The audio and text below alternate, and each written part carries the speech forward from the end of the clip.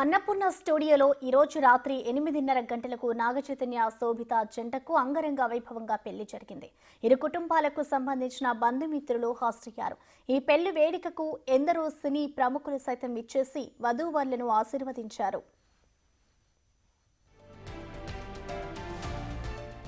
మొన్నటి వరకు చైసాం చూసాం, ఇకపై చైసో చూడబోతున్నామని తిరిగి కొత్త జీవితాన్ని ప్రారంభించిన నాగచైతన్య తనదైన షో చేయాలని తాము కోరుకుంటున్నట్టు చెప్తున్నారు అక్కినేని అభిమానులు.